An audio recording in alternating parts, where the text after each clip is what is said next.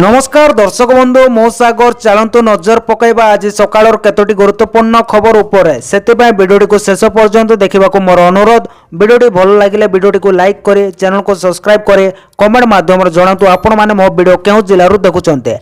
चलतु आज सकाळ खबर उपरे नजर पकईबा। प्रथम खबर देखो आसला बड़ खबर, प्रत्येक पंचायत नियुक्त हे पियन मासक दरमा रही। राज्यर प्रत्येक पंचायत एणिके नियुक्त हे पियन एने घोषणा कर राज्य सरकार। नूतन पदवी सृष्टि हे सह दरमा 13,160 टंका रहिबो। पूर्व पंचायत गुड़िक निज स्तर में पियन रखी दरमा दौथिले। पंचायत फंड रु पियन को दरमा दि जाउतला, एबे राज्य सरकार दरमा देबे बोले खबर मिली। परवर्ती खबर देखो आसला बड़ खबर, बदलिला राजभवन ना। राजभवन ना बदली केंद्र सरकार यार ना बदलाई लोकभवन केंद्र गृह मंत्रालय निष्पत्ति आधार में एने निष्पत्ति व्यक्ति अनुसार भुवनेश्वर एवं पुरी राजभवन ना को परिवर्तन लोकभवन पूर्व सरकार राज्य सचिवालय ना बदलाई लोकसेवा भवन करथिले। सेपटे विधानसभा सकाल पत्र को चिरी फिंगिले बिजेडी विधायक नरेंद्र प्रताप स्वाई बोली खबर मिली। परवर्ती खबर देखो आसला बड़ खबर, चाषी को नहीं बड़ कथा 12,000 हे चाषी आय। चाषी मासिक आय हे 12,000 टंका। विधानसभा लिखित उत्तर देले कृषि मंत्री केबी सिंहदेव। विधायक अरविंद महापात्र अणतारका प्रश्न उत्तर रखी यह सूचना प्रदान कर उपमुख्यमंत्री केबी सिंहदेव। सर्वभारतीय स्तर में जातीय परिसंख्यान कार्यालय तथ्य अनुसार आम राज्यर कृषक परिवार मासिक आय 2018-19 में 5,112 टंका थिला। कृषक परिवार मासिक आय को 12,000 टंका को वृद्धि करने विकसित ओडिशा 2036 में लक्ष्य रखा जायछि। लिखित उत्तर में यह सूचना प्रदान कर उपमुख्यमंत्री केबी सिंहदेव बोले खबर मिली। परवर्ती खबर देखो आसला बड़ खबर, 6 नुआ सहर में गड़ब ईवी बस। आगामी दिन में 6टी नुआ सहर में ईवी बस गड़ब एने सूचना देइछन्ति गृह नगर उन्नयन मंत्री कृष्ण चंद्र महापात्र। एबे राज्य में 670टी बस चली, सेति मध्यरु 220टी ईवी बस चलिबो। एबे 113टी रूट रे 1349 किमी बस चलुछि। आगो जोंटे आवश्यकता अछि सही सहर में बस चलिबो। ऑनलाइन टिकट रे रियायत पाई 35% टिकट आदाय राशि बढ़िछि बोले खबर मिली। परवर्ती खबर देखो आसला बड़ खबर, 4 चकिया गाड़ी रे कला कांच लगाउतले सावधान। बढ़ुतबा ट्रैफिक समस्या गाड़ी सहायतार होता अपराध रोकने राज्य सरकार अंटा भिड़ी। किसी 4 चकिया गाड़ी में कला कांच लगे अपराध होता अभियोग आसवा पर सरकार एक्शन मोड को आसीचंते। एने सरकार कला कांच लगी समस्त 4 चकिया गाड़ी को अटकाई दंडित करने को ट्रैफिक विभाग को निर्देश देइचंते। या पर ट्रैफिक तरफ कार्यानुष्ठान जोरदार होउचे बोली खबर मिली। परवर्ती खबर देखो आसला बड़ खबर, बाजार में मिलुचे पुळापुळा नकली मेडिसिन। बाजार में बुलुचे पुळापुळा नकली मेडिसिन। 4 वर्ष में चिन्हट है 168 नकली मेडिसिन आउ 388 निम मानर मेडिसिन चिन्हट करा जायছে। गत 4 वर्ष में 2.5 कोटी अधिक टंकार नकली मेडिसिन जबत कर सरकार। विधानसभा में स्वास्थ्य मंत्री को लिखित उत्तर में यह तथ्य सामना को आसी। 2021 ରୁ 2024-25 भितर 168टी नकली मेडिसिन चिन्हट होइছে। सेबोली 388टी निम मानर मेडिसिन जहाँकि आवश्यक गुणवत्ता एवं प्रभावशाली मानदंड पूरण करिवार विफल होइছে। 2021 ରେ 79टी, 2022 ରେ 64टी और 2023 ରେ 14टी नकली औषध चिन्हट होइतिला। 2024 ରେ 11टी नकली मेडिसिन चिन्हट होइছে बोले खबर मिली। परवर्ती खबर देखो आसला बड़ खुशी खबर, ग्राहकों बड़ खबर, कमिला एलपीजी सिलिंडर दर जानूच केते हैला। मास आरंभ ग्राहकों बड़ खुशी खबर, कमिला एलपीजी सिलिंडर दर। आज देशव्यापी नुआ दर लागू होइছে। तेबे आसंतु जानिबा 19 केजी सिलिंडर पिछा केते टंका वृद्धि होइছে। तैल विपणन कंपनी गुड़िक 19 केजी किलोग्राम वाणिज्यिक एलपीजी कमर्शियल गैस सिलिंडर मूल्य 10 टंका ह्रास करछन्ते। एबे एही सिलिंडर को ग्राहक मात्र 1580.50 टंका दे किनि पारिबे। एही खबर व्यवसायी मानको विशेष कर आश्वस्ति देइছে। सेहिपरि दिल्ली रे 10 टंका कमिछि कमर्शियल गैस दर। दिल्ली रे संशोधित खुचरा विक्रय मूल्य वर्तमान 1580.50 टंका रे पहुंचिছে। एही संशोधन होटल और रेस्टोरेंट समेत एलपीजी ऊपर निर्भर करथवा व्यवसाय गुड़िको किछि आश्वस्ति प्रदान करिছে बोले खबर मिलिছে। परवर्ती खबर देखो आसला बड़ खबर, राज्य सरकार को तेल चिंता। समस्त जिलापाल को चिट्ठी कर एमिति देले कड़ा निर्देश। राज्य सरकार को जंक फूड और तेल चिंता एबे घारिছে। एने समस्त जिलार जिलापाल मानको महिला और शिशु विकास विभाग पक्षर चिट्ठी करा जायছে। एते सहित सब अंगनवाड़ी सेंटर और शिशु जत्न केंद्र तेल बोर्ड लागिबो बोली सरकार पक्षर निष्पत्ति निया जायছে। केउ खाद्यर केते तेल अछि दर्शाइबा को कड़ा निर्देश दिया जायছে। उभय ओडिया एवं इंग्रजी रे साइन बोर्ड लगाइबा पाई विभाग निर्देश दैছে। छणा खाद्यर केते तेल व्यवहार होइছে ता दर्शाइबा जरूरी बोली चिट्ठी रे उल्लेख रहिছে बोली खबर मिलिছে। परवर्ती खबर देखो आसिला बड़ खबर, साइबर सिक्योरिटी ने सरकार को बड़ पदक्षेप। एबे सब मोबाइल रे हबो संचार साथी। मोबाइल फोन को नै सरकार को बड़ ପଦକ୍ଷେପ ସାଇବର ସୁରକ୍ଷାକୁ ଦୃଷ୍ଟିରେ ରଖି ଏଣିକି ସବୁ ମୋବାଇଲରେ ରହିବ ସଞ୍ଚାର ସାଥୀ ଆପ୍। ଏଥିପାଇଁ ସବୁ କମ୍ପାନୀକୁ 90 ଦିନ ସମୟ ଦିଆଯାଇଛି। 2024 ମାର୍ଚ୍ଚ ମାସରୁ ବିକ୍ରି ହେବାକୁ ଥିବା ସବୁ ମୋବାଇଲରେ ଏହି ସଞ୍ଚାର ସାଥୀ ଆପ୍ ଫି ଇନଷ୍ଟଲ କରିବାକୁ ବାଧ୍ୟତାମୂଳକ କରାଯାଇଛି। ଏନେଇ ଟେଲିକମ୍ୟୁନିକେସନ ବିଭାଗ ପକ୍ଷରୁ ସ୍ମାର୍ଟଫୋନ ନିର୍ମାତା କମ୍ପାନୀ ଗୁଡ଼ିକ ପାଇଁ ନିର୍ଦ୍ଦେଶ ଜାରି କରାଯାଇଛି ବୋଲି ଖବର ମିଳିଛି। ପରବର୍ତ୍ତୀ ଖବର ଦେଖନ୍ତୁ, ଆସିଲା ବଡ ଖବର। କ୍ଷମା ମାଗିଲେ ଶୁଭଙ୍କର ଶ୍ରୀମନ୍ଦିରକୁ ନେଇ ଦେଇଥିବା ବିରୋଧୀ ମନ୍ତବ୍ୟ ପାଇଁ ଭୁଲ ମାଗିଲେ। କ୍ଷମା ମାଗିଲେ ସୋସିଆଲ ମିଡିଆ ଇନଫ୍ଲୁଏନ୍ସର ଶୁଭଙ୍କର ମିଶ୍ର। ନିଜ ୟୁଟ୍ୟୁବ ଚ୍ୟାନେଲରେ ଭିଡିଓ ପୋଷ୍ଟ କରି କ୍ଷମା ମାଗିଲେ ଶୁଭଙ୍କର ମିଶ୍ର। ଏହା ସହ ରଖିଲେ ନିଜ ମନ୍ତବ୍ୟ। ଅଭିଯୋଗ ଆସିବା ପରେ ଭିଡିଓ ହଟାଇ ଦେଇଛି। ମୁଁ କହିଥିବା କଥା କଳ୍ପନା ନୁହେଁ କିମ୍ବା ଏହା ମନରୁ କହିନାହିଁ। ବିଭିନ୍ନ ସୋସିଆଲ ମିଡିଆ ଓ ୱେବସାଇଟରେ ଆଗରୁ ଏହା ମାଧ୍ୟମରେ କୁହାଯାଇଥିଲା। ତଥାପି ଯଦି କାହାର ଭାବନାକୁ ଆଘାତ ଲାଗିଥିଲେ କ୍ଷମା ମାଗୁଛି, କ୍ଷମା କରିଦେବ ବୋଲି କହିଲେ ସୋସିଆଲ ମିଡିଆ ଇନଫ୍ଲୁଏନ୍ସର ଶୁଭଙ୍କର ମିଶ୍ର। ଏହା ସହ ଅନ୍ୟ ପ୍ଲାଟଫର୍ମରୁ ମଧ୍ୟ ଏହି ଭିଡିଓ ହଟାଯାଉ ବୋଲି କହି ଦାବି ରଖିଲେ ଶୁଭଙ୍କର ମିଶ୍ର। କିଛି ଦିନ ଆଗରୁ ଶୁଭଙ୍କର ମିଶ୍ର ତାଙ୍କ ୟୁଟ୍ୟୁବ ଚ୍ୟାନେଲରେ ଶ୍ରୀମନ୍ଦିର ସମ୍ପର୍କରେ ନେଇ ଏକ ଭିଡିଓ ପୋଷ୍ଟ କରିଥିଲେ। ଶୁଭଙ୍କର ଶ୍ରୀମନ୍ଦିର ବାବଦରେ ଦେଇଥିବା ବିବାଦୀୟ ମନ୍ତବ୍ୟକୁ ନେଇ ବିଭିନ୍ନ ମହଲରେ ତାଙ୍କ ବିରୋଧରେ କାର୍ଯ୍ୟାନୁଷ୍ଠାନ ନେବା ପାଇଁ ଦାବି କରାଯାଇଥିଲା। ବର୍ତ୍ତମାନ ସେ ନିଜ ଭୁଲ ସ୍ୱୀକାର କରି ଏକ ଭିଡିଓ ପୋଷ୍ଟ କରିଛନ୍ତି ବୋଲି ଖବର ମିଳିଛି। ପରବର୍ତ୍ତୀ ଖବର ଦେଖନ୍ତୁ, ଆସିଲା ବଡ ଖବର। ନୂଆ ବର୍ଷ ପାଇଁ ଅବକାରୀ ବିଭାଗର ନୂଆ ଯୋଜନା ଆରମ୍ଭ ହେଲା, ଜୋରଦାର ଧରପଗଡ଼। ନୂଆ ବର୍ଷ ପାଇଁ ଅବକାରୀ ବିଭାଗର ନୂଆ ଯୋଜନା ଆଜିଠାରୁ ରାଜଧାନୀରେ ଆରମ୍ଭ ହେଲା, ଜୋରଦାର ଧରପଗଡ଼। ନୂଆ ବର୍ଷ ପାଇଁ ସ୍କାନରରେ ରହିଛନ୍ତି ରାଜଧାନୀର ବାର ଓ ଫବ୍। ତେବେ ବଡ଼ଦିନ, ଜିରୋ ନାଇଟ୍ ଓ ନୂଆବର୍ଷ ପୂର୍ବରୁ ଆକ୍ସନ ମୋଡରେ ରହିଛି ଅବକାରୀ ଟିମ୍। ମିଳିଥିବା ସୂଚନା ଅନୁସାରେ ସିସିଟିଭି ଯାଞ୍ଚ ଓ ଡ୍ୟାନ୍ସ ବାର ଉପରେ କଡା ନଜର ରହିବ। ବିଳମ୍ବିତ ରାତ୍ରି ପର୍ଯ୍ୟନ୍ତ ଖୋଲିଲେ କାର୍ଯ୍ୟାନୁଷ୍ଠାନ ହେବ।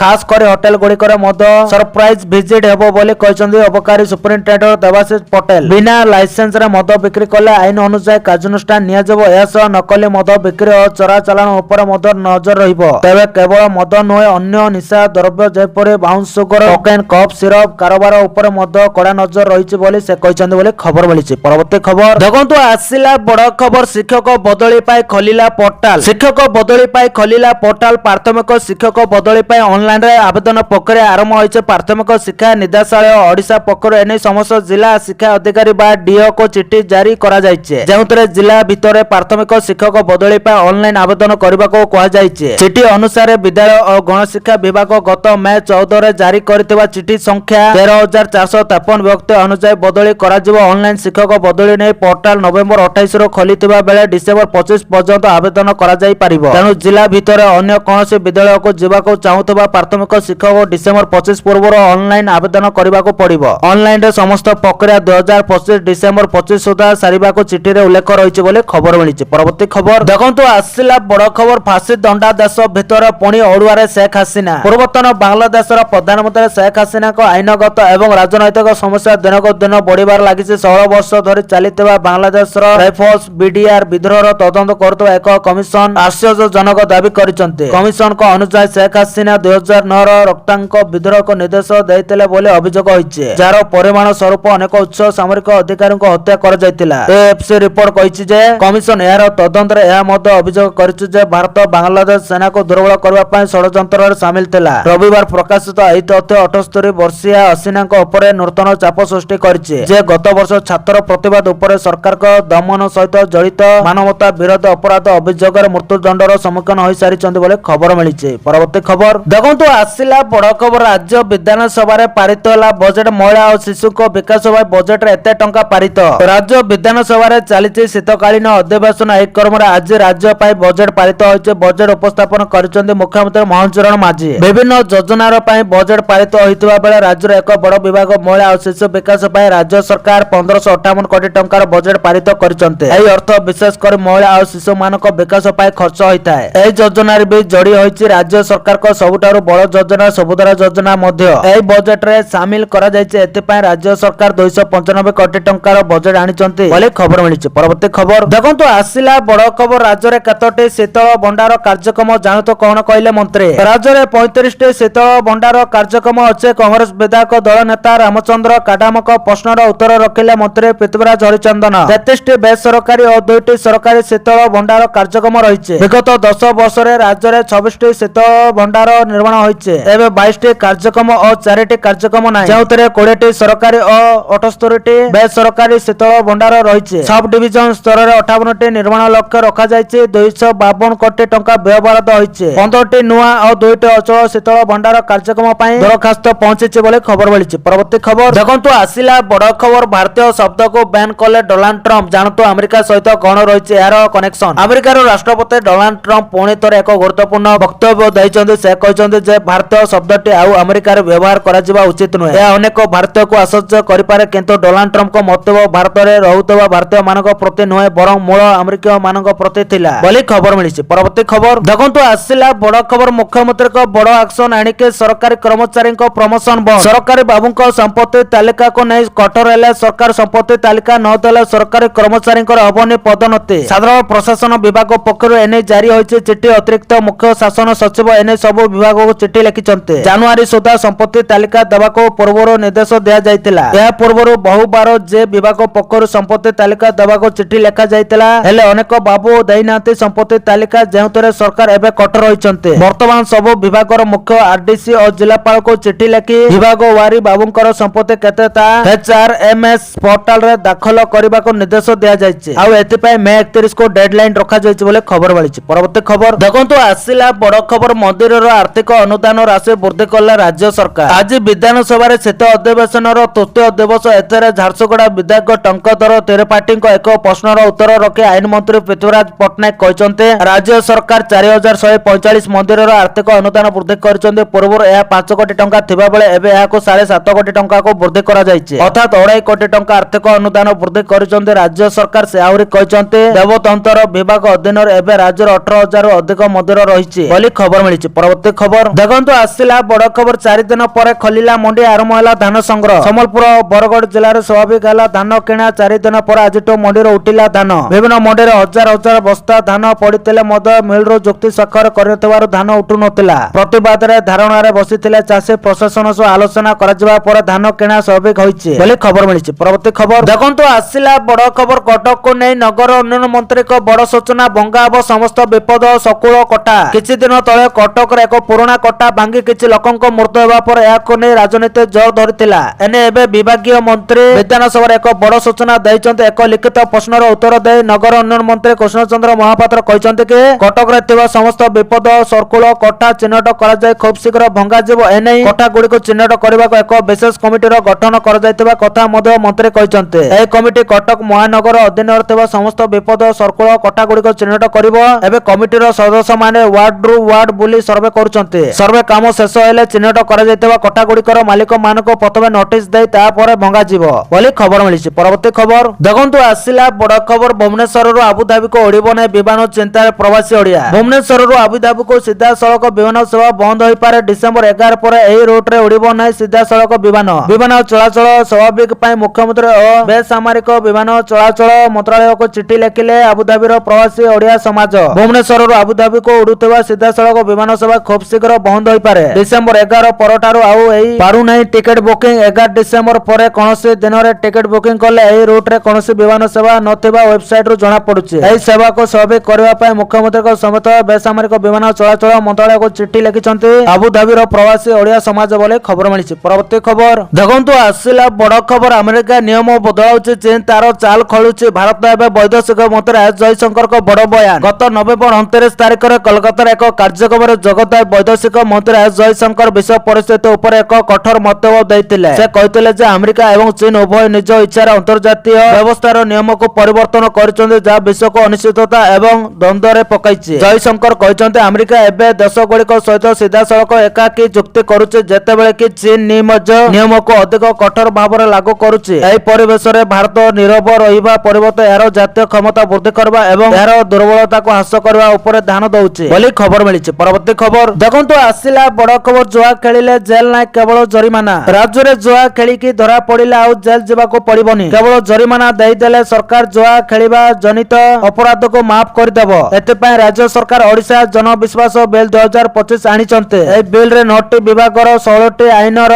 ସଂଶୋଧନ କରାଯାଇଥିବା ବେଳେ ଓଡିଶା ଜୁଆ ଖେଳ ପ୍ରତିରୋଧ ଅଧିନିୟମ 1955ରେ ବ୍ୟାପକ ସଂଶୋଧନ କରି ସମସ୍ତ ଜେଲ ଦଣ୍ଡକୁ ଉଠାଇ ଜରିମାନାରେ ପରିଣତ କରାଯାଇଛି। ଏଥିରେ ମୁଖ୍ୟତଃ 5,000ରୁ 75,000 ଟଙ୍କା ପର୍ଯ୍ୟନ୍ତ ଜରିମାନା ଦେଲେ ଜୁଆ ଖେଳାଳି ସଂସ୍ଥାଙ୍କ ଅପରାଧ ମାଫ କରିବାର ବ୍ୟବସ୍ଥା କରାଯାଇଛି। ପୂର୍ବରୁ ଜୁଆ ଖେଳିଲେ ଯେଉଁ 1 ମାସରୁ 6 ମାସ ପର୍ଯ୍ୟନ୍ତ କାରାଦଣ୍ଡ ଥିଲା, ତାହାକୁ ସମ୍ପୂର୍ଣ୍ଣ ଭାବେ ଉଠାଇ ଦିଆଯାଇଛି ବୋଲି ଖବର ମିଳିଛି। ପରବର୍ତ୍ତୀ ଖବର ଦେଖନ୍ତୁ ଆସିଲା ବଡ ଖବର। ଅତିରିକ୍ତ ବଜେଟ ଗୋପବନ୍ଧୁ ଜନ ଆରୋଗ୍ୟ ଯୋଜନା ପାଇଁ 40 କୋଟି ଟଙ୍କା। ଜାତୀୟ ସ୍ୱାସ୍ଥ୍ୟ ମିଶନ ପାଇଁ 994 କୋଟି ଆସିଛି ଅତିରିକ୍ତ ବଜେଟ୍। ଆଉ ବଜେଟରେ ବିଜୁ ସ୍ୱାସ୍ଥ୍ୟ କଲ୍ୟାଣ ଯୋଜନାର ଜାଗା ନେଇଥିବା ଗୋପବନ୍ଧୁ ଜନ ଆରୋଗ୍ୟ ଯୋଜନା ପାଇଁ ହୋଇଛି 40 କୋଟି ଟଙ୍କା ବ୍ୟୟବରାଦ। ଲୋକଙ୍କ ସ୍ୱାସ୍ଥ୍ୟ ସେବା ପାଇଁ ଅତିରିକ୍ତ ବଜେଟରେ 1164 କୋଟି ଟଙ୍କା ବ୍ୟୟବରାଦ କରାଯାଇଥିବା ବେଳେ ନୂତନ ସ୍ନାତକୋତ୍ତର ପାଠ୍ୟକ୍ରମ ପାଇଁ କଟକ ମେଡିକାଲ କଲେଜର ଉନ୍ନତିକରଣ ପାଇଁ 50 କୋଟି, ଜାତୀୟ ସ୍ୱାସ୍ଥ୍ୟ ମିଶନ ପାଇଁ 994 କୋଟି, ଅନ୍ୟାନ୍ୟ ସ୍ୱାସ୍ଥ୍ୟ ସେବା ଔଷଧ କ୍ରୟ ପାଇଁ 14 କୋଟି ଏବଂ ଗୋପବନ୍ଧୁ ଜନ ଆରୋଗ୍ୟ ଯୋଜନା ପାଇଁ 40 କୋଟି ଟଙ୍କା ବ୍ୟୟବରାଦ କରାଯାଇଛି ବୋଲି ଖବର ମିଳିଛି। ପରବର୍ତ୍ତୀ ଖବର ଦେଖନ୍ତୁ, ଆସିଲା ବଡ଼ ଖବର। ଏତିକି ଛାତ୍ରଛାତ୍ରୀ ଥିବା ସ୍କୁଲ ଖୋଲିବ ନାହିଁ ଗଣଶିକ୍ଷା ମନ୍ତ୍ରୀ। ରାଜ୍ୟରେ 20 କିମ୍ବା ତାଠାରୁ କମ୍ ଛାତ୍ରଛାତ୍ରୀ ଥିବା ବିଦ୍ୟାଳୟଗୁଡ଼ିକୁ ପୁନଃ ଖୋଲାଯିବ ନାହିଁ ବୋଲି ଗଣଶିକ୍ଷା ମନ୍ତ୍ରୀ ଗୁରୁବାର ସ୍ପଷ୍ଟ କରିଛନ୍ତି। ବିଧାୟକ ପ୍ରସନ୍ନ ଆଚାର୍ଯ୍ୟଙ୍କ ଏକ ପ୍ରଶ୍ନର ଉତ୍ତର ଦେବା ଅବସରରେ ମନ୍ତ୍ରୀ ଏହି ସୂଚନା ଦେଇଛନ୍ତି। ମନ୍ତ୍ରୀ କହିଛନ୍ତି ଯେ ପୂର୍ବରୁ ରାଜ୍ୟରେ ଯେଉଁ ସରକାର ଥିଲା ସେମାନେ 20ରୁ ଅଧିକ ଛାତ୍ରଛାତ୍ରୀ ଥିବା ଅନେକ ବିଦ୍ୟାଳୟକୁ ବନ୍ଦ କରିଦେଇଥିଲେ। ମାତ୍ର ବର୍ତ୍ତମାନର ସରକାର ଗଠନ ହେବା ପରେ ସେହିଭଳି ବନ୍ଦ ହୋଇଯାଇଥିବା 46ଟି ସ୍କୁଲକୁ ପୁଣି ଖୋଲି ସାରିଲେଣି। ବିଦ୍ୟାଳୟ ଖୋଲିବା ନୀତି ବିଷୟରେ ମନ୍ତ୍ରୀ କହିଥିଲେ ଯେ ଜିଲ୍ଲାସ୍ତରୀୟ କମିଟିଠାରୁ ନିବେଦନ ଆସିବା ପରେ ରାଜ୍ୟ ସରକାର ସେହି ନିବେଦନ ଗୁଡ଼ିକୁ ବିଚାର କରି ବିଦ୍ୟାଳୟ ଖୋଲିବା ପାଇଁ ପଦକ୍ଷେପ ନେଉଛନ୍ତି। ତେବେ 20ରୁ କମ୍ ଛାତ୍ରଛାତ୍ରୀ ଥିବା ସ୍କୁଲ ଖୋଲିବା ପାଇଁ ବର୍ତ୍ତମାନ କୌଣସି ଯୋଜନା ନାହିଁ ବୋଲି ଖବର ମିଳିଛି। ପରବର୍ତ୍ତୀ ଖବର ଦେଖନ୍ତୁ, ଆସିଲା ବଡ଼ ଖବର। କାହିଁକି କଟିଲା ରାସନ କାର୍ଡ? ରାଜ୍ୟରେ 96% ଇ-KYC ସରିଛି। 8 ଲକ୍ଷରୁ ଉର୍ଦ୍ଧ୍ୱଙ୍କ ରାସନ କାର୍ଡ କଟିଛି। ଏନେ ଖାଦ୍ୟ ଓ ଯୋଗାଣ ମନ୍ତ୍ରୀ କୃଷ୍ଣ ପାତ୍ର ସୂଚନା ଦେଇଛନ୍ତି। ଗତ 15 ମାସ ସରକାର ଇ-KYC ଲାଗୁ କରିଥିଲେ। 96% ଇ-KYC କରିଛନ୍ତି। କେବଳ 4% ଲୋକ ଇ-KYC କରିନାହାନ୍ତି। 6,95,530 ଜଣ ମୃତ।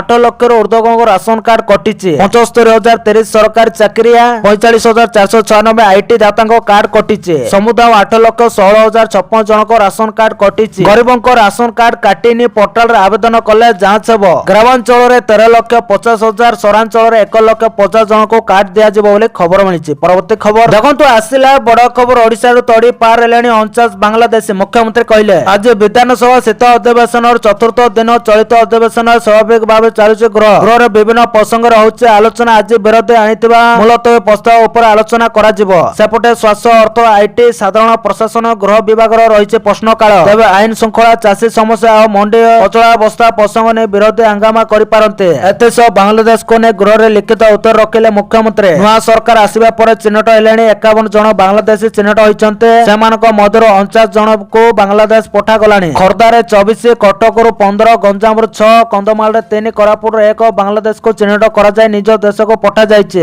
2 ଜଣ ଜାଲି ବାଂଲାଦେଶୀ ଅନୁପ୍ରବେଶକାରୀ ଜାଲ ପାସପୋର୍ଟ କରିଥିବା ଧରା ପଡ଼ିଛନ୍ତି। ସେମାନଙ୍କ ବିରୋଧରେ ମକଦ୍ଦମା ରୁଜୁ କରାଯାଇଛି ବୋଲି ଖବର ମିଳିଛି। ପରବର୍ତ୍ତୀ ଖବର ଦେଖନ୍ତୁ, ଆସିଲା ବଡ଼ ଖବର। ବିଧାନସଭାରେ ଅତିରିକ୍ତ ବଜେଟ୍ ଉପସ୍ଥାପନ ଆହାର ଯୋଜନାକୁ 15 କୋଟି। ଓଡ଼ିଶା ବିଧାନସଭାର ଶୀତକାଳୀନ ଅଧିବେଶନ ଅବସରରେ ଆଜି ମୁଖ୍ୟମନ୍ତ୍ରୀ ମୋହନ ଚରଣ ମାଝୀ ଅତିରିକ୍ତ ବଜେଟ୍ ଉପସ୍ଥାପନ କରିଛନ୍ତି। ଏହି କ୍ରମରେ ମୋଟ 17,440 କୋଟି ଟଙ୍କାର ବଜେଟ୍ ଉପସ୍ଥାପନ କରିଛନ୍ତି। ବିଭିନ୍ନ ଯୋଜନା ପାଇଁ ଭିନ୍ନ ଭିନ୍ନ ବ୍ୟୟବରାଦ ହୋଇଥିବା ବେଳେ ସହରୀ ଗରିବ ଲୋକଙ୍କ ପାଇଁ ଚାଲୁ ରହିଥିବା ଆହାର ଯୋଜନା ପାଇଁ ରାଜ୍ୟ ସରକାର 15 କୋଟି ଟଙ୍କା ପାରିତ କରିଛନ୍ତି। ଏହି ଯୋଜନାରେ ସହରରେ ବାସ କରୁଥିବା ଲୋକମାନଙ୍କ 5 ଟଙ୍କା ମୂଲ୍ୟରେ ଖାଦ୍ୟ ଯୋଗାଇ ଦେଇଥାଏ। ବିଶେଷ କରି ରାଜ୍ୟର ବଡ଼ ବଡ଼ ସହର ମାନଙ୍କରେ ଏହି ଯୋଜନା ଚାଲିଛି। ସହରରେ ରହୁଥିବା ଶ୍ରମିକ ଓ ଗରିବ ଶ୍ରେଣୀର ଲୋକଙ୍କ ସହ ସରକାରୀ ମେଡିକାଲକୁ ଆସୁଥିବା ଲୋକଙ୍କ ପାଇଁ ସୁଲଭ ମୂଲ୍ୟରେ ସରକାର ଖାଦ୍ୟ ଯୋଗାଇ ଦେଇଥାନ୍ତି। ପୂର୍ବ ସରକାର ସମୟରୁ ଏହି ଯୋଜନା ଚାଲୁ ରହିଛି। ଏହା ସହରୀ ଗରିବ ଓ ଶ୍ରମିକ ଶ୍ରେଣୀର ଲୋକଙ୍କ ପେଟ ଭରିବା ପାଇଁ ସରକାରଙ୍କ ଏକ ଭଲ ଯୋଜନା ବୋଲି ଖବର ମିଳିଛି। ପରବର୍ତ୍ତୀ ଖବର ଦେଖନ୍ତୁ, ଆସିଲା ବଡ଼ ଖବର। ବଦଳିବ ଭୁବନେଶ୍ୱର 4 ନମ୍ବର ମାର୍କେଟର ରୂପରେଖ।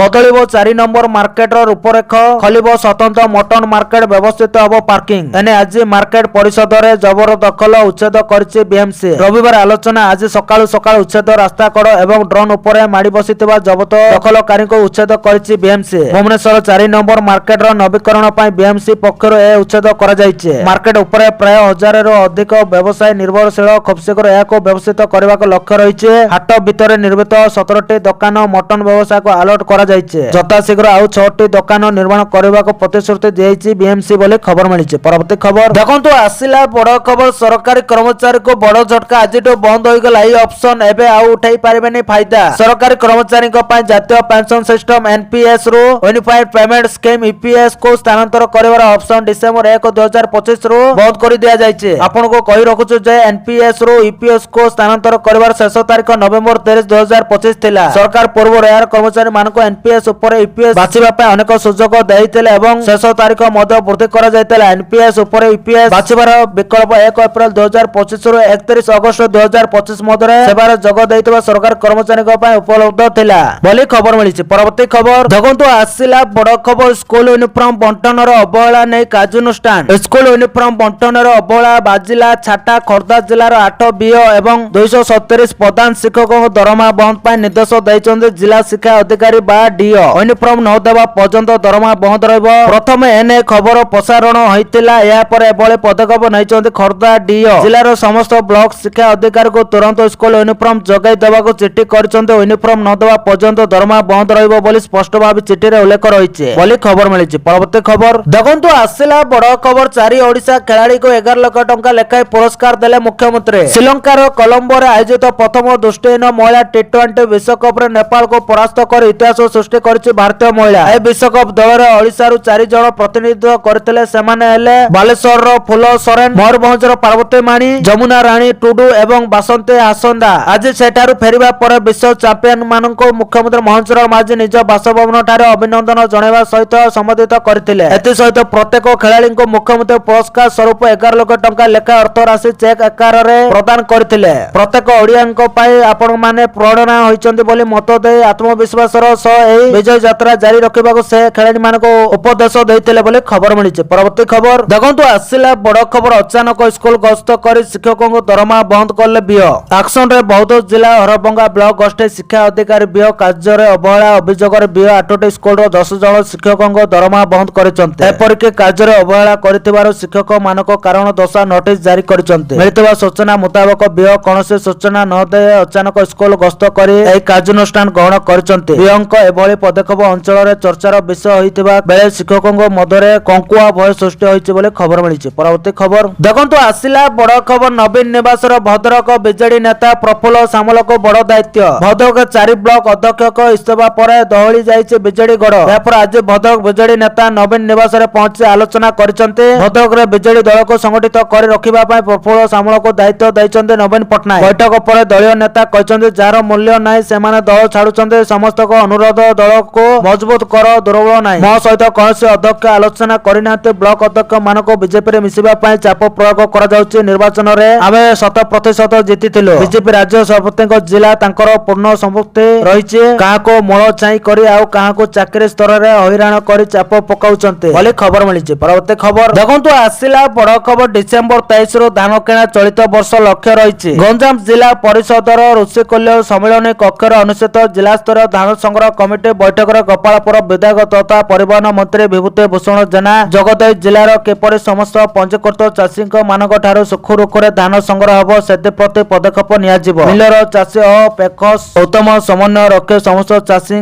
धान किणा जिवो जिलार समस्त मंडी रे चाषी निमंत्रण सब प्रकार सुविधा सुजोग व्यवस्था रहिबो कागज कलम रे कार्यकारी न करे वास्तवता मदर मंडी गुड़िक चाषी समस्त सुविधा उपलब्ध रहिबा राज्य सरकार को धानर मूल्य 800 टंका बोनस घोषणा पर जिले में गला वर्ष चाषी मेरुदंड सड़क हो पारिछि जिला तथा राज्य रे चाषी चाष करबा पाए उत्साह रहिचन्ते चलित वर्ष मध्य गला वर्षटू धान संग्रह प्रक्रिया आम जिले में आहुरी भल रहिबो गंजाम जिले में डिसेंबर 23 चाषी ठारू धान संग्रह हबो बोले खबर मिलिछि। परवर्ती खबर देखंतु आसिला बड़ खबर एथर नुआ वर्ष रे एकाथरे मिलिबो 2टी सुभद्रा किस्ती उपमुख्यमंत्री प्रभादेव परिडा कले बड़ घोषणा एथर नुआ वर्ष रे एकाथरे मिलिबो 2टी सुभद्रा किस्ती उपमुख्यमंत्री प्रभादेव परिडा कले बड़ घोषणा 21 वर्ष होइतला आवेदन करि परिबे तेबे एबे पर्यंत सुभद्रा रे जड़ी हेलेनी 17 लाख रु अधिक महिला सेपटे सुभद्रा योजना रो तृतीय किस्ती पाई नांती 4,38,898 जन महिला सेमाने प्रथम और द्वितीय किस्ती पाइला परे परवर्ती किस्ती रो सहायता राशि पाई नांती सुभद्रा योजना रे प्रथम और द्वितीय किस्ती यथाक्रम 1,03,75,941 जन महिला और 1,01,92,724 जन महिला पाइचन्ते सुभद्रा योजना रे शामिल हेबा पय नूतन भाबे 2,27,410 जन महिला 20/11/2025 सुधा आवेदन करिचन्ते जेउ छात्री माने सुभद्रा हिताधिकारी हेबा पय समस्त योग्यता मानदंड को पूर्ण करिवे सही छात्री माने सुभद्रा योजना रो लाभ उठाई परिवे बोली खबर मिलिछि। परवर्ती खबर देखंतु आसिला बड़ खबर ओडिसा रे बढ़िছে शिशु निखोज राज्य रे शिशु मान को उद्धार करबा क्षेत्र रे सरकार को पक्ष विभिन्न पदक्षेप हाथ को निया जाउछि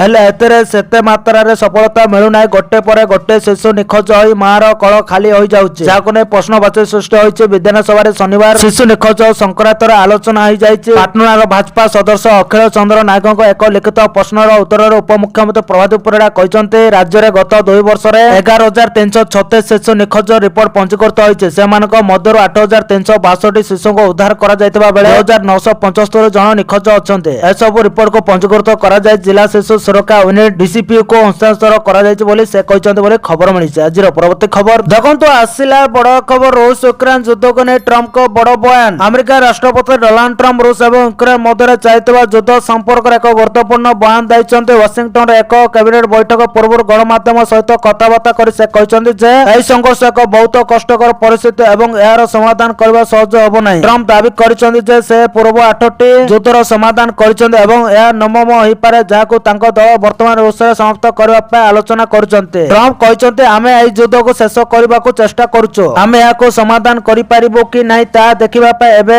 ରୁଷରେ ଲୋକ ଅଛନ୍ତି, କିନ୍ତୁ ଏହା ସହଜ ନୁହେଁ। ପରିସ୍ଥିତି ବହୁତ ବିଗିଡି ଯାଇଛି ବୋଲି ଖବର ମିଳିଛି। ପରବର୍ତ୍ତୀ ଖବର ଦେଖନ୍ତୁ, ଆସିଲା ବଡ଼ ଖବର। ଏବେ ମହଙ୍ଗା ହେବ ଗୁଟଖା, ସିଗାରେଟ ଏବଂ ପାନ ମସଲାର ଦାମ। ସେସ୍ ବାତିଲ ହେବା ପରେ ମଧ୍ୟ ତମ୍ବାଖୁ, ପାନ ମସଲା ଏବଂ ଅନ୍ୟାନ୍ୟ ଅତିତକର ସାମଗ୍ରୀ ଉପରେ ଜିଏସଟି ସମାନ ରହିବ ବୋଲି ସୁନିଶ୍ଚିତ କରିବା ପାଇଁ ସରକାର ସୋମବାର ଲୋକସଭାରେ 2ଟି ବିଲ୍ ଆଗତ କରିବାର ଆଶା କରାଯାଉଥିଲା। ଏହା ଏହି ସାମଗ୍ରୀ ଉପରେ ଟିକସ ମଧ୍ୟ ବୃଦ୍ଧି କରିପାରିବେ। କେନ୍ଦ୍ର ଉତ୍ପାଦ ସଂଶୋଧନ ବିଲ୍ 2025 ଏବଂ ସ୍ୱାସ୍ଥ୍ୟ ସରକାରରୁ ଜାତୀୟ ସରକାର ସେସ୍ ବିଲ୍ 2025 ସୋମବାର ଅର୍ଥମନ୍ତ୍ରୀ ନିର୍ମଳା ସୀତାରମଣଙ୍କ ଦ୍ୱାରା ଉପସ୍ଥାପନ ପାଇଁ ତାଲିକାଭୁକ୍ତ ହୋଇଛି। ରିପୋର୍ଟ ଅନୁଯାୟୀ କେନ୍ଦ୍ର ଉତ୍ପାଦ ସଂଶୋଧନ ବିଲ୍ 2025 ସିଗାରେଟ ପରି ତମ୍ବାଖୁ ଉତ୍ପାଦ ଉପରେ ଉତ୍ପାଦ ଶୁଳ୍କ ଲାଗୁ କରି ତମ୍ବାଖୁ ଉପରେ ଜିଏସଟି କ୍ଷତିପୂରଣ ସେସ୍ ବଦଳାଇବ। ତେବେ କେତେ ଟିକସ ଲାଗୁ ହେଉଛି? ତମ୍ବାଖୁ ଏବଂ ପାନ ମସଲା ଉପରେ 28% ଜିଏସଟି ଲାଗୁ ହୁଏ। ବିଭିନ୍ନ ହାରର ଏକ କ୍ଷତିପୂରଣ ସେସ୍ ମଧ୍ୟ ଲାଗୁ କରାଯାଏ। 1 ଜୁଲାଇ 2017 ଜିଏସଟି କାର୍ଯ୍ୟକାରୀ ହେବା ସମୟରେ ଜିଏସଟି କାର୍ଯ୍ୟକାରୀ ହେବା ଯୋଗୁଁ ରାଜ୍ୟଗୁଡ଼ିକର ରାଜସ୍ୱ କ୍ଷତି ପାଇଁ କ୍ଷତିପୂରଣ ଦେବା ପାଇଁ ଜୁନ୍ 30, 2022 ପର୍ଯ୍ୟନ୍ତ 5 ବର୍ଷ ପାଇଁ ଏକ କ୍ଷତିପୂରଣ ସେସ୍ ବ୍ୟବସ୍ଥା ଲାଗୁ କରାଯାଇଥିଲା ବୋଲି ଖବର ମିଳିଛି। ପରବର୍ତ୍ତୀ ଖବର ଦେଖନ୍ତୁ, ଆସିଲା ବଡ଼ ଖବର। ଭୂମିହୀନଙ୍କୁ ଘର ଯୋଗାଇବାରେ ବିଳମ୍ବ ଚିନ୍ତା ପ୍ରକଟ କଲେ ସରକାର। ଭୂମିହୀନଙ୍କୁ ଘର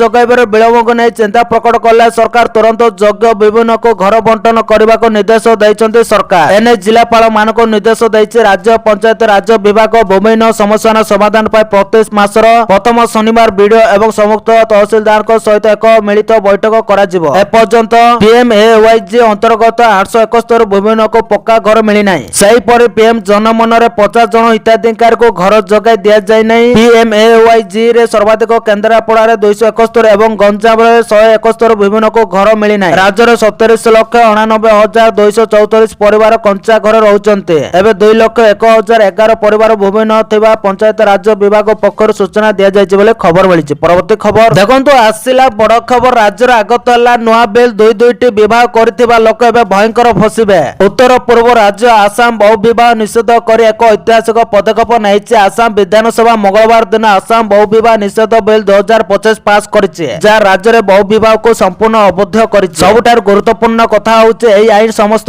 ଧର୍ମର ଲୋକଙ୍କ ପାଇଁ ସମାନ ଭାବରେ ପ୍ରଯୁକ୍ତ, ଅର୍ଥାତ୍ ସେମାନେ ଆସାମରେ ରହୁଥିବା ମୁସଲମାନ ମାନେ ମଧ୍ୟ ଇସଲାମିକ ଆଇନ ଅନୁଯାୟୀ ଆଉ ଥରେରୁ ଅଧିକ ବିବାହ କରିପାରିବେ ନାହିଁ। ଆସାମ ବିଧାନସଭାରେ ପାରିତ ହୋଇଥିବା ଏକ ବିଲ୍ରେ ପ୍ରଥମ ପତ୍ନୀ ଥିବା ସତ୍ତ୍ୱେ ଦ୍ୱିତୀୟ ବିବାହ କଲେ ଜେଲ ଦଣ୍ଡା ଠାରୁ ଆରମ୍ଭ କରି ଜରିମାନା ପର୍ଯ୍ୟନ୍ତ ଦଣ୍ଡର ବ୍ୟବସ୍ଥା କରାଯାଇଛି। ଏହା ବ୍ୟତୀତ ଏପରି ବ୍ୟକ୍ତିମାନଙ୍କୁ ସରକାରୀ ଯୋଜନା ଏବଂ ସରକାରୀ ଚାକିରିରୁ ମଧ୍ୟ ବଞ୍ଚିତ କରାଯିବ। ଆସାମରେ ବହୁ ବିବାହ ନିଷିଦ୍ଧ କରିବା ପାଇଁ ଏହି ବିଲ୍ ପାସ୍ ହେବା ପରେ ଲୋକମାନେ ପ୍ରଶ୍ନ କରୁଛନ୍ତି ଯେ ଯେଉଁମାନେ ପୂର୍ବରୁ 2 ଥର କିମ୍ବା ତାଠାରୁ ଅଧିକ ବିବାହ କରିସାରିଛନ୍ତି ସେମାନଙ୍କର କ'ଣ ହେବ? ଏପରି ବ୍ୟକ୍ତିମାନଙ୍କ ପାଇଁ କୌଣସି ବ୍ୟବସ୍ଥା ଅଛି କି ବୋଲି ଖବର ମିଳିଛି। ପରବର୍ତ୍ତୀ ଖବର ଦେଖନ୍ତୁ, ଆସିଲା ବଡ଼ ଖବର। ବଜେଟ୍ ପ୍ରବଳ ଖର୍ଚ୍ଚ ଦୁର୍ବଳ। 7 ମାସରେ ଖର୍ଚ୍ଚ ହୋଇଛି ମାତ୍ର 48%। 2 ଦିନ ତଳେ ସରକାର ଅତିରିକ୍ତ ବଜେଟ୍ ଆଣିଛନ୍ତି। ସରକାର ବଜେଟ୍ ପାଇଁ ଟଙ୍କା ଦଉଛନ୍ତି, ହେଲେ ଟଙ୍କା ଖର୍ଚ୍ଚ କରିପାରୁନାହାନ୍ତି ବିଭାଗ। ବିଧାନସଭାରେ ବଜେଟ୍ ଖର୍ଚ୍ଚରେ ସରକାର ବିଫଳ ହୋଇଥିବା କହି ଘେରିଛନ୍ତି ବିରୋଧୀ, ଯାହାର ଜବାବ ରଖି ଶାସକ ଦଳ କହିଛି 4 ମାସରେ ଖର୍ଚ୍ଚ ହେବା ପୁରା ବଜେଟ୍। ଚଳିତ ଥର ବଜେଟ୍ର ଆକାର 2,90,000 କୋଟି ହେଇଥିଲା। ଏହା ସହ ପୁଣି ଥରେ 17,000 କୋଟିର ଅତିରିକ୍ତ ବଜେଟ୍ ଆଣିଛନ୍ତି ମୋହନ ସରକାର। ଆର୍ଥିକ ବର୍ଷ ଆରମ୍ଭରେ ଏହି ଅର୍ଥ ଜରିଆରେ ବିକାଶର ନକ୍ସା ଅଙ୍କା ଯାଇଥିଲା। ଆର୍ଥିକ ବର୍ଷର 7 ମାସ ଭିତରେ ଖର୍ଚ୍ଚ 38% ଆଗକୁ ବଢିନି। 31 ଅକ୍ଟୋବର ସୁଦ୍ଧା 1,14,518 କୋଟି ଟଙ୍କା ଖର୍ଚ୍ଚ ହୋଇଛି, ଯାହାକୁ ନେଇ ସରକାରକୁ ବିଧାନସଭାରେ ଘେରିଛି ବିରୋଧୀ ବିଜେଡି। ଜବାବ ରଖିଛନ୍ତି ପୂର୍ତ୍ତମନ୍ତ୍ରୀ। ଐତିହାସିକ ବଜେଟ୍ ପାଇଁ ସୁଦ୍ଧା ଖର୍ଚ୍ଚ କରିବାରେ ସବୁଠୁ ପଛୁଆ ରହିଛି କ୍ରୀଡ଼ା ଓ ଯୁବ ସେବା ବିଭାଗ।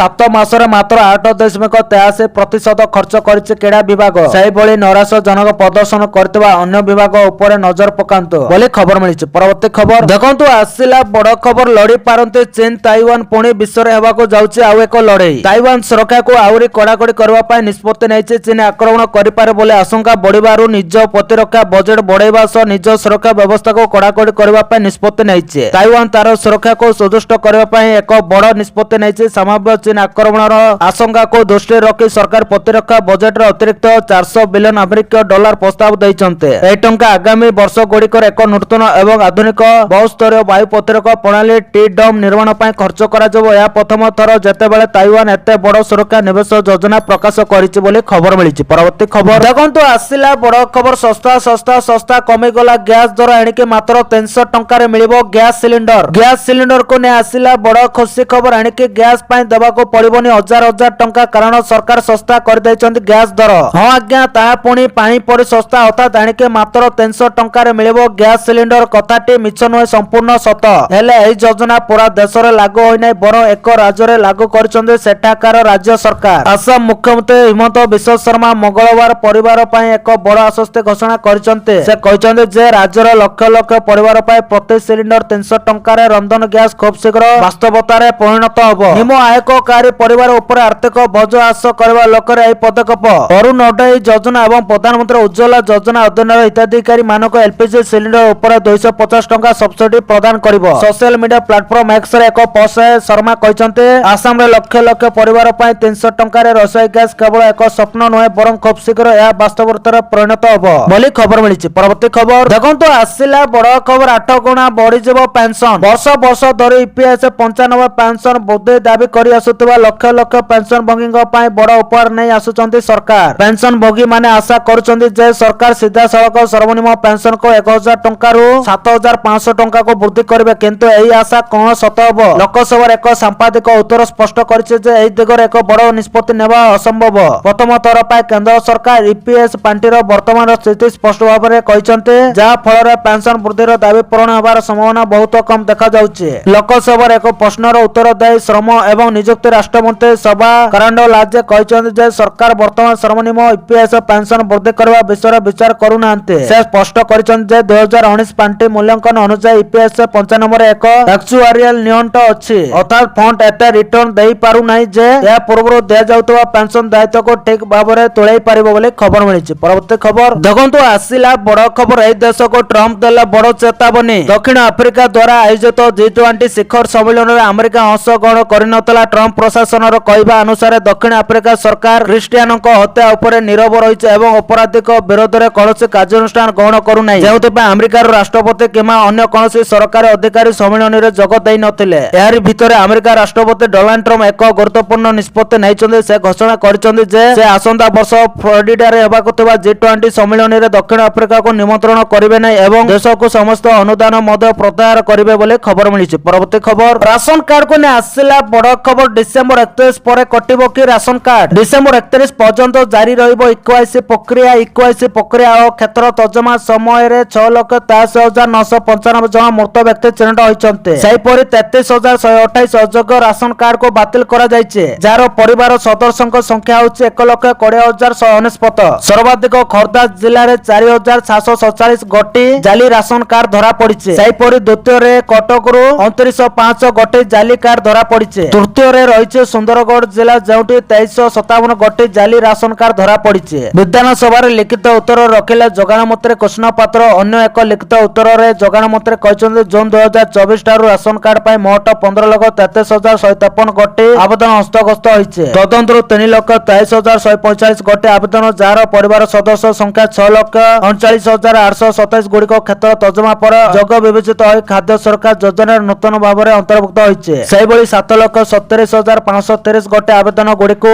ଓଡ଼ିଶା ରାଜ୍ୟ ଖାଦ୍ୟ ସୁରକ୍ଷା ଲକ୍ଷ୍ୟ ବିବିଙ୍କ ସାଧାରଣ ବଣ୍ଟନ ବ୍ୟବସ୍ଥା ନିୟମ 2020ର ବାଦ ଦେବା ମାନଦଣ୍ଡ ବିବିରେ ଆଗ୍ରହ କରାଯାଇଛି। ବଳକା ଥିବା ଏବଂ ସଦ୍ୟ ହସ୍ତଗତ ହେଉଥିବା 4,72,478 ଗୋଟି ଆବେଦନ ଗୁଡ଼ିକର ବ୍ଲକ ଏବଂ ପୌରାଞ୍ଚଳ ସ୍ତରରେ କ୍ଷେତ୍ର ତର୍ଜମା ଚାଲିଛି ବୋଲି ଖବର ମିଳିଛି। ପରବର୍ତ୍ତୀ ଖବର ଦେଖନ୍ତୁ ଆସିଲା ବଡ଼ ଖବର। 20,000 ଅଙ୍ଗନବାଡିର ନାହିଁ ନିଜସ୍ୱ କେନ୍ଦ୍ର ଖୁବ୍ ଶୀଘ୍ର ମରାମତି କରାଯିବ କହିଲେ ଉପମୁଖ୍ୟମନ୍ତ୍ରୀ। ବିଧାନସଭା ଶୀତ ଅଧିବେଶନର ଦ୍ୱିତୀୟ ଦିନ ଭଳି ତୃତୀୟ ଦିନ ସ୍ୱାଭାବିକ ଭାବେ ଚାଲିଛି। ଲୋକଙ୍କ ବିଭିନ୍ନ ସମସ୍ୟାକୁ ନେଇ ହୋଇଛି ଆଲୋଚନା। ଗୃହରେ ଅଙ୍ଗନବାଡି କେନ୍ଦ୍ରକୁ ନେଇ ଉଦ୍ବେଗ ପ୍ରକାଶ କରିଛନ୍ତି ବିଧାୟକ। ଉତ୍ତର ରଖିଛନ୍ତି ମହିଳା ଓ ଶିଶୁ ବିକାଶ ମନ୍ତ୍ରୀ ତଥା ଉପମୁଖ୍ୟମନ୍ତ୍ରୀ ପ୍ରଭାତୀ ପରିଡ଼ା। ରାଜ୍ୟରେ 20,150 ଅଙ୍ଗନବାଡି କେନ୍ଦ୍ରର ନିଜସ୍ୱ ଗୃହ ନାହିଁ। ଏଥିସହ 7,399ଟି ଅଙ୍ଗନବାଡି କେନ୍ଦ୍ର ନିର୍ମାଣାଧୀନ ଅଛି। 4,574 ଅଙ୍ଗନବାଡି ସ୍କୁଲ ଘରେ ଚାଲିଛି। ରାଜ୍ୟରେ ମୋଟ 74,224 ଅଙ୍ଗନବାଡି କେନ୍ଦ୍ର ରହିଛି। ସେଥିରୁ 54,074 ଅଙ୍ଗନବାଡି କେନ୍ଦ୍ରର ନିଜସ୍ୱ ଗୃହରେ ଚାଲିଛି। 10,416 ମିନି ଅଙ୍ଗନବାଡି କେନ୍ଦ୍ର କେନ୍ଦ୍ର ସରକାର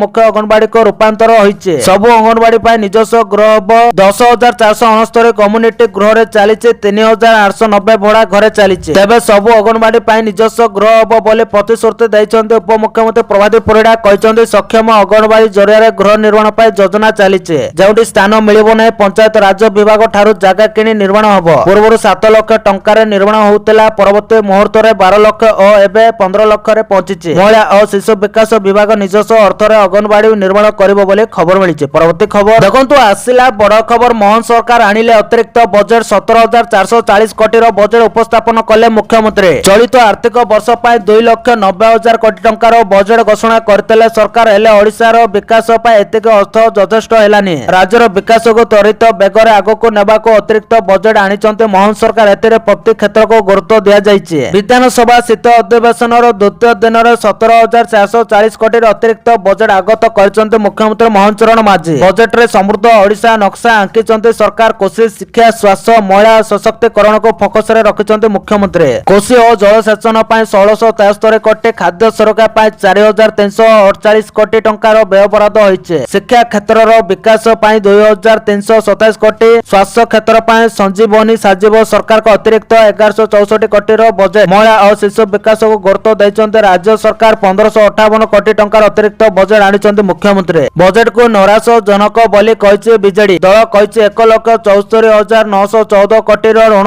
करी अतिरिक्त बजेट आनिचंते सरकार किछि नुआ योजना नाही केवल पारंपरिक भाबे बजेट अणा जायतिबा कहिছে कांग्रेस पूर्व सरकार समय योजना पाई बजेट नथिबा कहि कटा करिছে बीजेपी सरकार बजेट घोषणा करूचंती सत हेले अवधि भितरे टंका को खर्च करिबा बड़ चैलेंज बोली खबर मिलिছে परवर्ती खबर देखंतु आसिला बड़ खबर पुणी सबुद्रा रे जोड़ी हेले 17 लाख तदंत पर सरजमी तदंत पर सबुद्रा रे जोड़ी हेले 17 लाख ऊर्ध्व महिला गृह रे तथ्य रखिले उपमुख्यमंत्री प्रभादेव परिडा 17,83,251 महिला सबुद्रा रे जोड़ी होइचंती 7,51,479 जन समस्त श्रेणी किस्ती पाइचंते 1,03,99,801 महिला प्रथम किस्ती टंका पाइचंते 1,01,92,724 द्वितीय किस्ती पाइचंती बोले गृह रे उपमुख्यमंत्री प्रभादेव परिडा तथ्य रखिचंती बोले खबर मिलिछि तो दर्शक बंधु एथिला आज सकाळर केतोटी गुरुत्वपूर्ण खबर जदि वीडियोटी भल लागिछि लाइक करबा सहित हम चैनल को सब्सक्राइब करंतु आ वीडियो को शेयर करंतु वीडियोटी संपूर्ण देखिथिबारु आपण मानको बहुत बहुत धन्यवाद।